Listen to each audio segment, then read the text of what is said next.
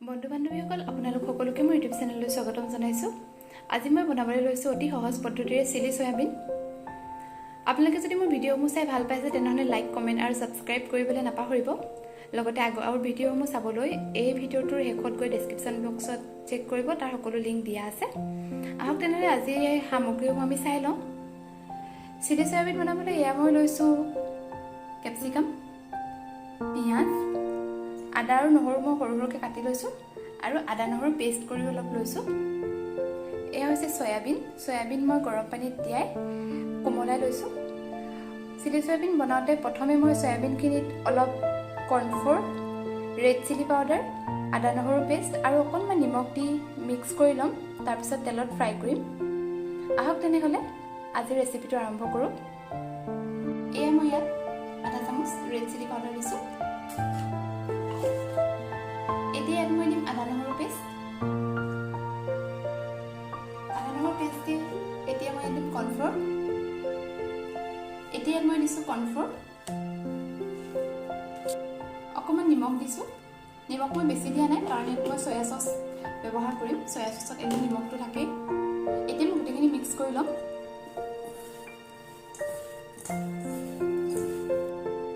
এয়া চাওক, গোটেইখিনি ভালদৰে মিক্স হৈ গৈছে। এতিয়া মই সয়াবিনখিনি ভালদৰে ফ্ৰাই কৰি ল'ম তেলত। এয়া সয়াবিনখিনি ফ্ৰাই কৰিবলৈ মই গেছত কেৰাহীখন পাতি দিছোঁ আৰু কেৰাহীখন গৰম হ'লে বাদ চাম। এয়া কেৰাহীখন গৰম হৈছে, ইয়াত মই তেল দিছোঁ।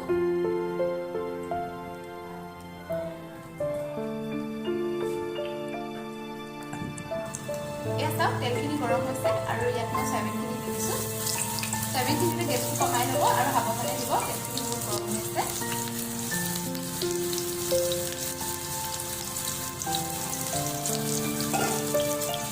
সয়াবিনখিনি দি ভালদৰে লৰাই দিব। ফ্ৰাই হৈছে, এইখিনি কম জুইত অলপ ক্ৰিস্পিভাৱে ভাজিব, তেতিয়া খাবলৈ ভাল হ'ব। মই এতিয়া গেছটো কমাই লৈ ফ্ৰাই কৰি আছোঁ। এয়া চাওক, মোৰ সয়াবিনখিনি ধুনীয়াকৈ ফ্ৰাই হৈ গৈছে। এতিয়া মই এইখিনি প্লেট এখনত কাঢ়ি থওঁ।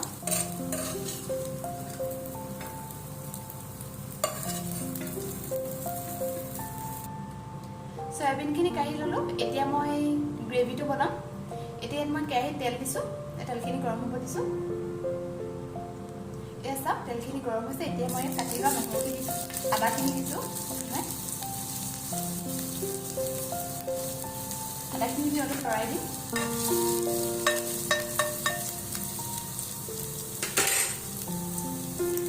এতিয়া ইয়াত মই নহৰুখিনি দিছোঁ।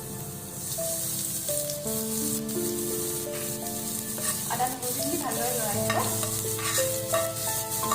গেছটো একেবাৰে কমাই ল'ব।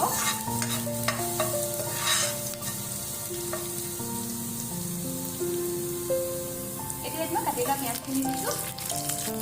পিঁয়াজ আৰু কেপচিকামখিনি দিছোঁ। ভালদৰে লৰাই দিম।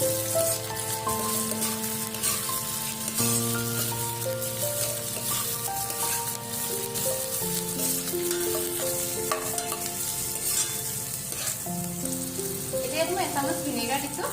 ভিনেগাৰটো অপশ্যনেল হয়, আপোনালোকে ইচ্ছা কৰিলে দিব পাৰে, নহ'লে নিদিলেও কোনো কথা নাই। মই অকণমান দি দিছোঁ। আপোনালোকে যদি ভিনেগাৰ দিবলৈ বেয়া পায় তেনেহ'লে অকণমান দুটোপালমান নেমু দি দিব। এতিয়া ইয়াত মই চচ দিম।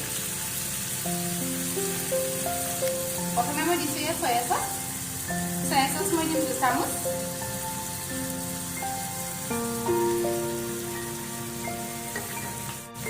এতিয়া ইয়াত মই দিছোঁ চিলি চচ। চিলি চচো মই দিছোঁ 2 চামুচ।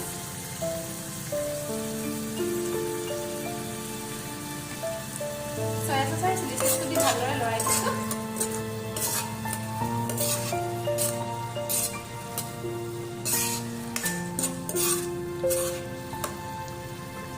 এতিয়া ইয়াত মই দিম টমেটো চচ। টমেটো চচো মই 2 চামুচ দিছোঁ।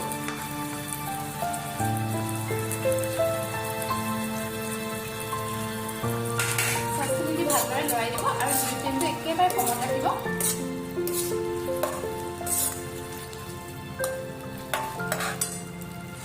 এতিয়া ইয়াত মই সৰু সৰুকৈ এটা কেঁচা জলকীয়া কাটি দিছোঁ। আপোনালোকে দিবও পাৰে, ইচ্ছা কৰিলে নিদিবও পাৰে। মই এটা দিছোঁ। জলকীয়াটো দি ভালদৰে লৰাই দিম। এতিয়া ইয়াত মই দিম কৰ্ণফ্ল'ৰ। কৰ্ণফ্ল'ৰটো মই অকণমান পানী দি এটা ঘোল বনাই ল'ম, যিহেতু মই এইটো অকণমান গ্ৰেভি টাইপ কৰিম। যদি আপোনালোকে ড্ৰাইকৈ খায় তেতিয়াহ'লে কৰ্ণফ্ল'ৰটো দিব নালাগে। দি দিছোঁ কৰ্ণফ্ল'ৰ, অলপ পানীটো মিক্স কৰি দি দিছোঁ, দি ভালদৰে লৰাই দিম।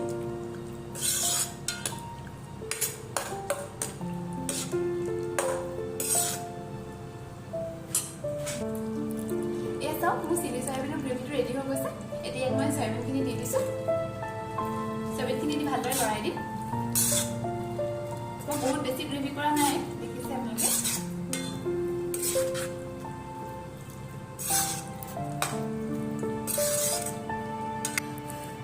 এয়া চাওক, মোৰ চিলি চয়াবিন ৰেডি হৈ গৈছে আৰু আপোনালোকক মই একেবাৰে প্ৰেজেণ্টেশ্যন কৰি দেখাই আছোঁ। বন্ধু বান্ধৱীসকল, এয়া চাওক, মোৰ চিলি চয়াবিন ৰেডি হৈ গৈছে। আপোনালোকে এনেধৰণে বনাই খাব আৰু কেনেকুৱা পালে জনাব। লগতে মোৰ ভিডিঅ' মোৰ চাই ভাল পাইছে যদি লাইক, কমেণ্ট আৰু ছাবস্ক্ৰাইব কৰিব। ধন্যবাদ।